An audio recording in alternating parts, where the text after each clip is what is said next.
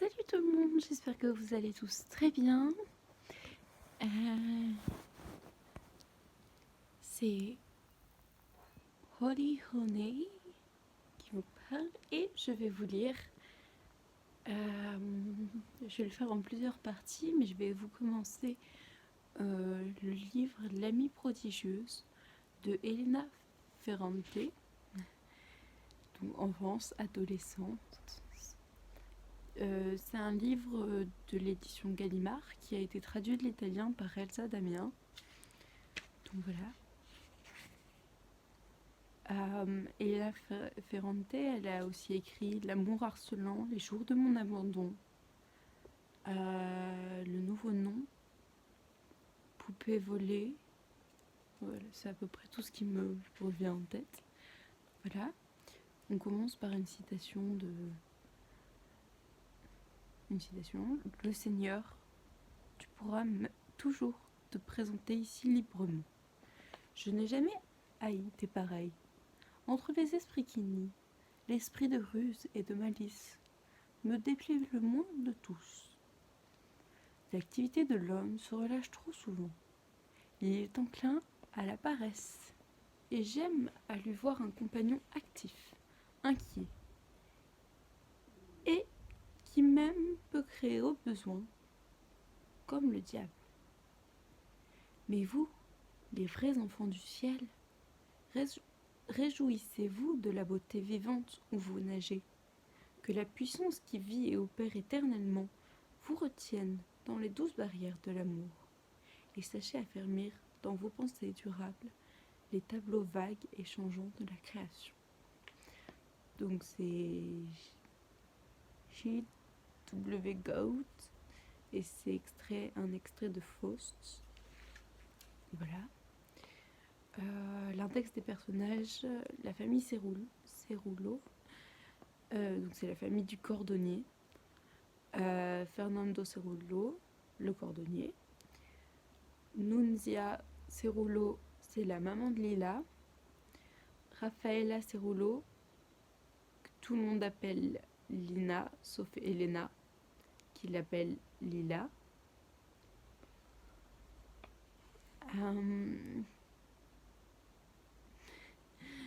Rino Cerullo, grand frère de Lila, qui est cordonnier lui aussi. Rino sera aussi le prénom d'un des enfants de Lila. Puis il y a d'autres enfants. La famille Greco, donc la famille du portier de mairie. Il y a Elena Greco, dite Lenuccia ou Lenou. C'est l'aînée.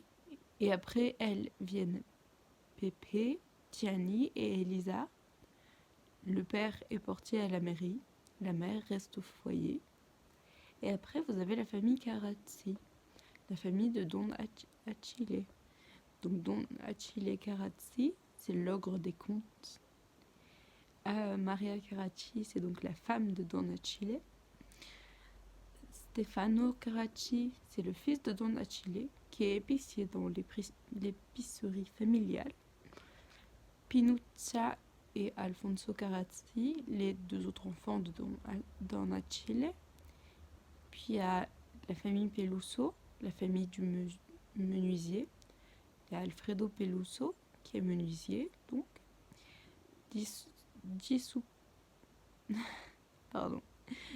Giuseppina Pelusa, femme d'Alfredo, donc. Pasquale Peluso, fils aîné d'Alfredo et Giuseppa Pina, il est maçon. Carmela Peluso, qui se fait appeler aussi Carmen, qui est la sœur de Pascale, vendeuse à la mercerie. Après, il y a Ciro et Immacolata. Enfin voilà, il reste encore à peu près 5 familles, mais je trouve que c'est pas le plus intéressant. Je pense qu'on va découvrir les personnages. Donc le prologue, qui s'appelle Effacer les traces. Ce matin, Reno m'a téléphoné. J'ai cru qu'il voulait encore de l'argent et me suis préparée à le lui refuser. Mais le motif de son appel était tout autre. Sa mère avait disparu. Depuis combien de temps? 15 jours. Et c'est maintenant que tu m'appelles? Mon ton a dû lui paraître hostile. Pourtant, je n'étais ni en colère ni indignée. Juste un tantinet sarcastique. Il a tenté de répliquer, mais n'a pu émettre qu'une réponse confuse, gênée, moitié en dialecte et moitié en italien. Il s'était mis dans la tête, m'a-t-il expliqué, que sa mère était en vadrouille quelque part dans Naples, comme d'habitude. Même la nuit. Tu sais comment elle est. D'accord, mais 15 jours d'absence, tu trouves ça normal? Ben oui, ça fait longtemps que tu ne l'as pas vue. C'est encore pire. Elle n'a jamais sommeil. Elle va et vient. Elle fait tout ce qui lui passe par la tête. Il avait quand même fini par s'inquiéter. Il avait interrogé tout le monde, fait le tour des hôpitaux et s'était même adressé à la police. Rien. Sa mère n'était nulle part. Quel bon fils! Un gros bonhomme sur la quarantaine, qui n'avait jamais travaillé de sa vie et n'avait fait que trafiquer et gaspiller. J'ai imaginé avec quelle diligence il avait dû faire ses recherches. Aucune. Il n'avait pas de cervelle, et rien ne lui tenait à cœur, hormis sa propre personne. « Elle ne serait pas chez toi ?» m'a-t-il soudain demandé. Sa mère? Ici? À Turin? Il connaissait bien la situation, et ne parlait que pour parler. Lui, oui, c'était un voyageur, et il était venu chez moi une dizaine de fois, sans y être invité d'ailleurs. Sa mère, qu'au contraire j'aurais accueillie avec plaisir, n'était jamais sortie de Naples de toute sa vie. Je lui ai répondu. Elle n'est pas chez moi, non. Tu es sûr? Rino, s'il te plaît, je te dis qu'elle n'est pas là. Mais alors, elle est où? Il s'est mis à pleurer. Je l'ai laissé mettre en scène son désespoir, avec des sanglots qui commençaient à paraître fins, avant de devenir réels. Quand il a terminé, je lui ai conseillé. S'il te plaît, comporte-toi comme elle le voudrait, pour une fois. Ne la cherche pas. Mais qu'est-ce que tu racontes? Tu m'as entendu, c'est inutile. Apprends à vivre tout seul. Et ce n'est pas la peine de me chercher non plus. J'ai raccroché. Chapitre numéro 2.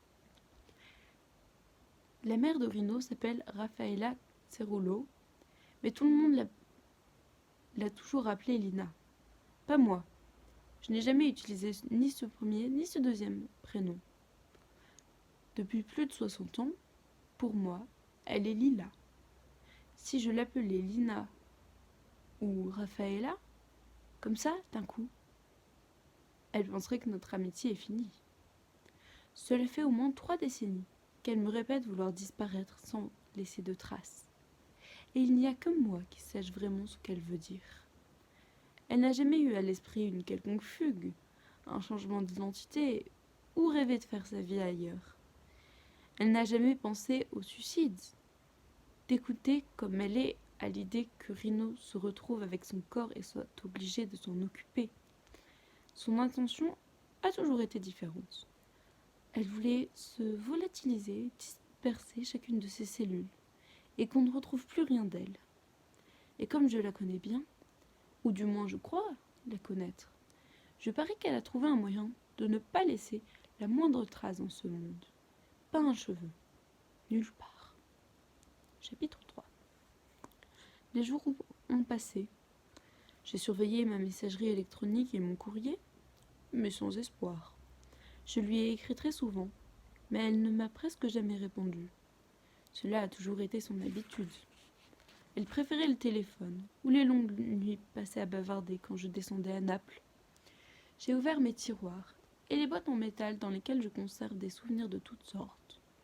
Bien peu de choses. J'ai jeté beaucoup d'affaires, en particulier la concernant. Et elle le sait. J'ai découvert que je n'ai rien d'elle. Pas une photo, pas un message, pas un petit cadeau. Je m'en suis étonnée moi-même. Est-il possible qu'en tant qu'année, elle ne m'ait rien laissé d'elle? Ou pire encore, que je n'ai jamais voulu garder quelque chose d'elle? Oui, c'est bien possible. Cette fois, c'est moi qui ai téléphoné à Rino, même si je l'ai fait à contre-cœur. Il ne répondait ni sur son fixe ni sur son portable. Il m'a rappelé dans la soirée, à sa contenance. Il parlait avec une voix qui essayait d'apitoyer. « J'ai vu que tu as appelé.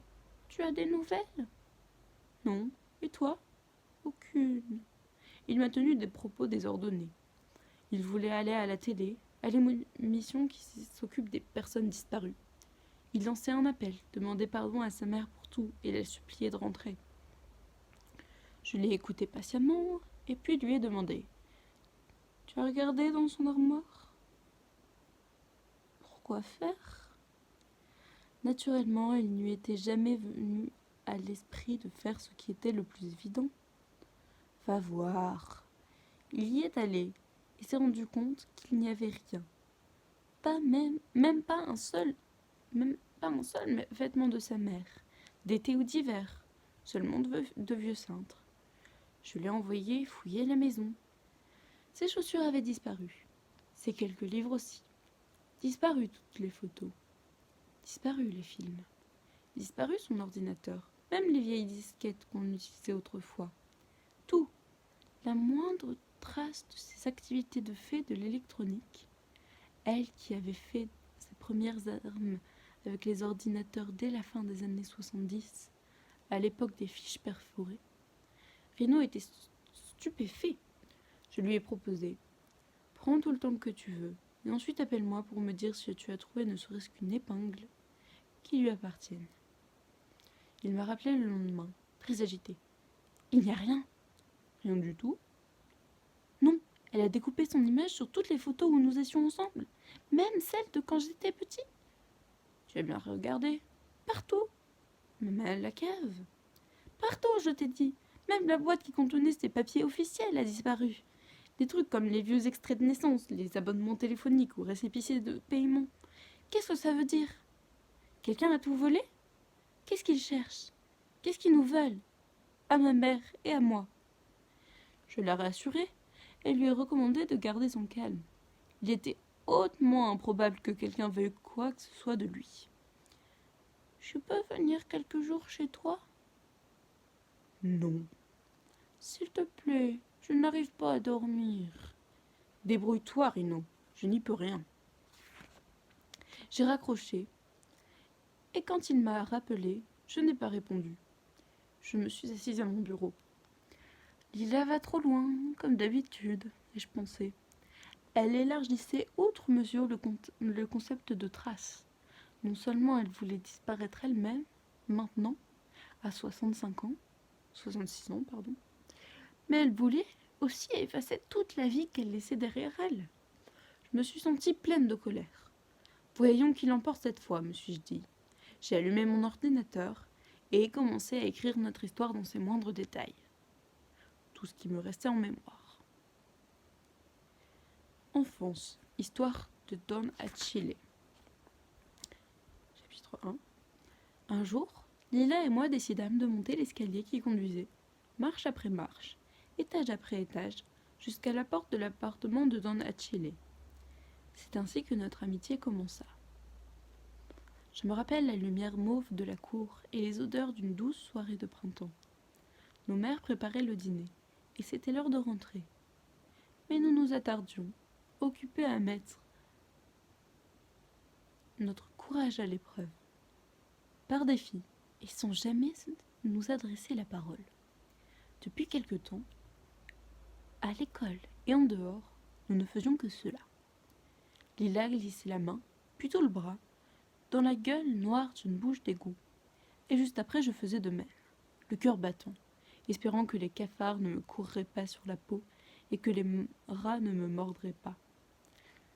Lila grimpait jusqu'à la fenêtre de Madame Spagnuolo, au rez-de-chaussée, se pendait à la barre de fer où passait le fil à linge, se balançait et puis se laissait glisser jusqu'au trottoir. Et moi je le faisais aussitôt, à mon tour, même si j'avais peur de tomber et de me faire mal.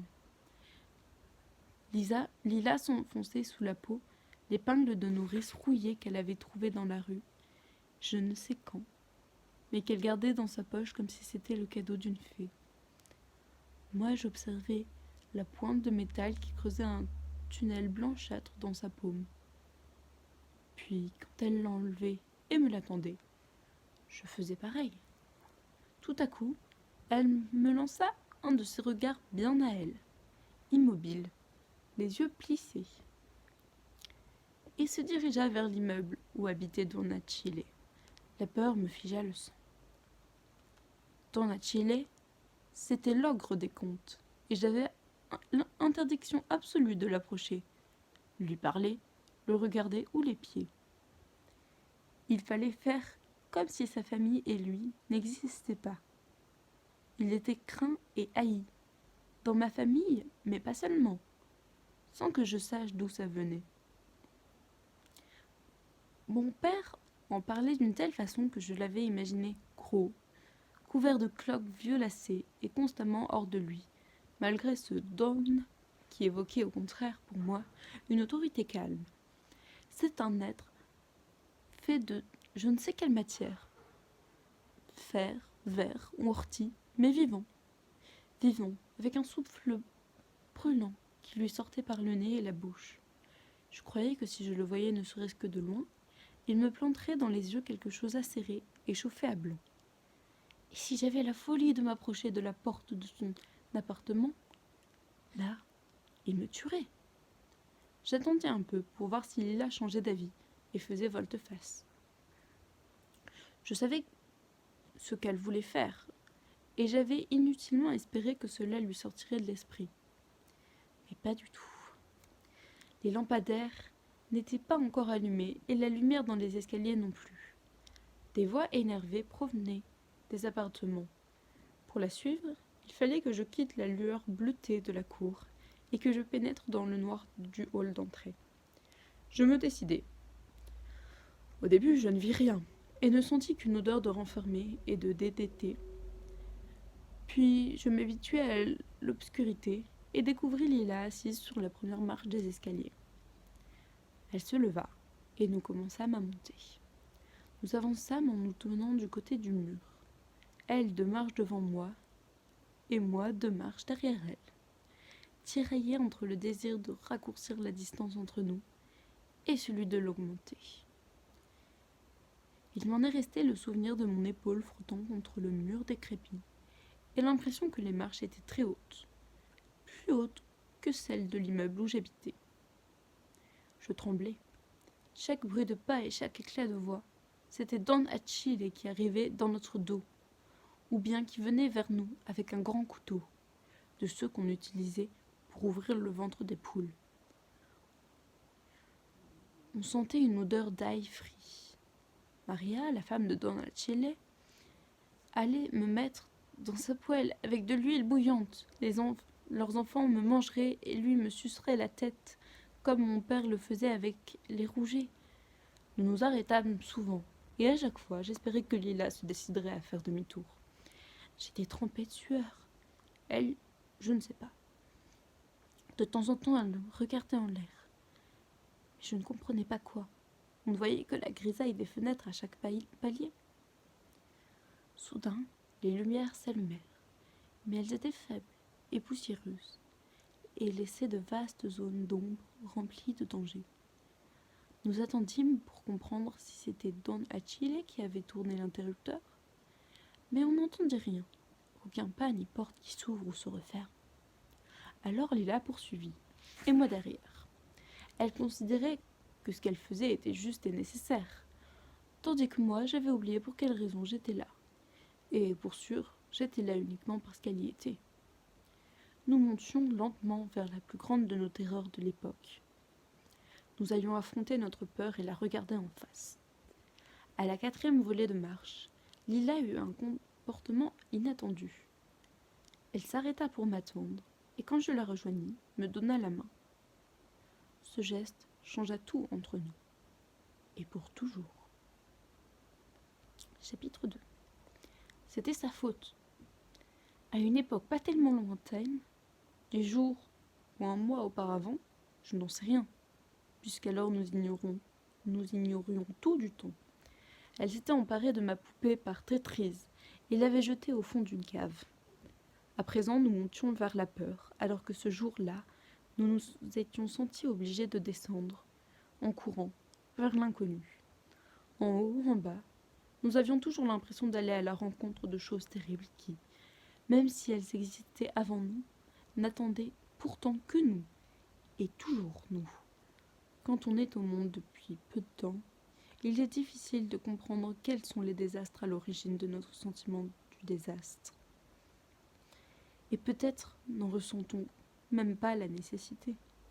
Les grandes personnes, en attente du lendemain, évoluent dans un présent derrière lequel il y a hier, avant-hier ou tout au plus la semaine passée. Elles ne veulent pas penser au reste. Les petits ne savent pas ce que cela veut dire, hier, avant-hier, ni même demain. Pour eux, tout est ici et maintenant. Ici, c'est cette rue, cette porte, ces escaliers.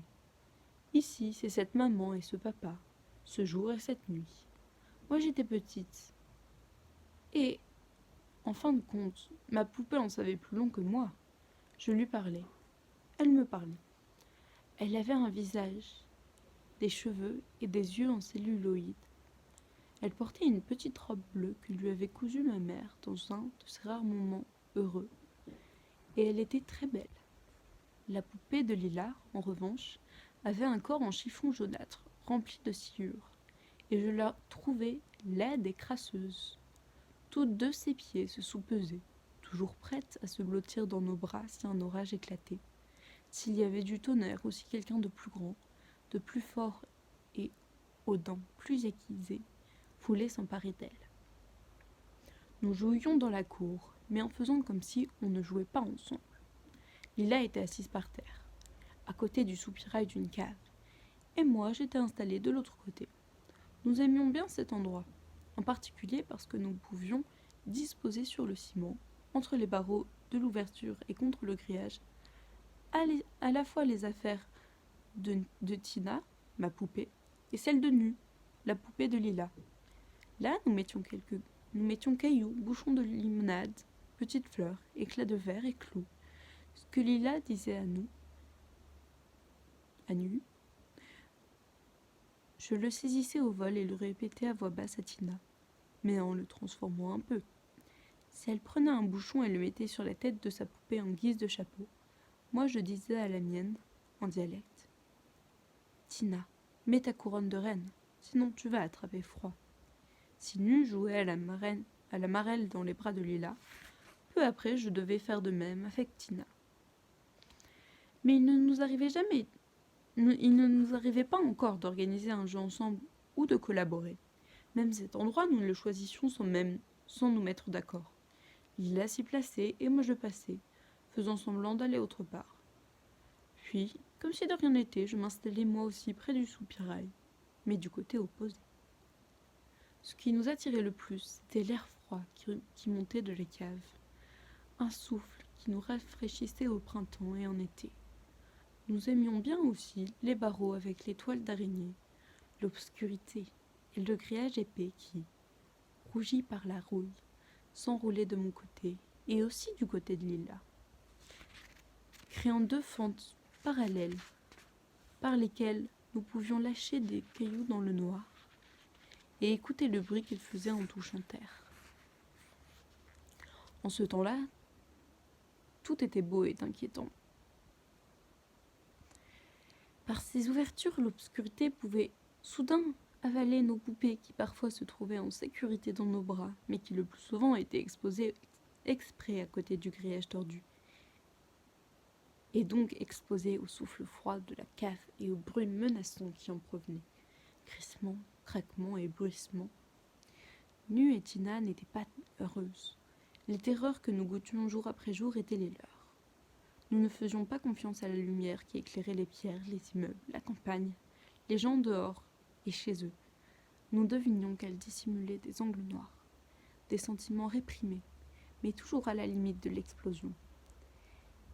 Et nous attribuions à ces bouches sombres et aux cavernes qui, derrière elles, s'ouvraient sous les immeubles du quartier, tout ce qui nous effrayait à la lumière du jour.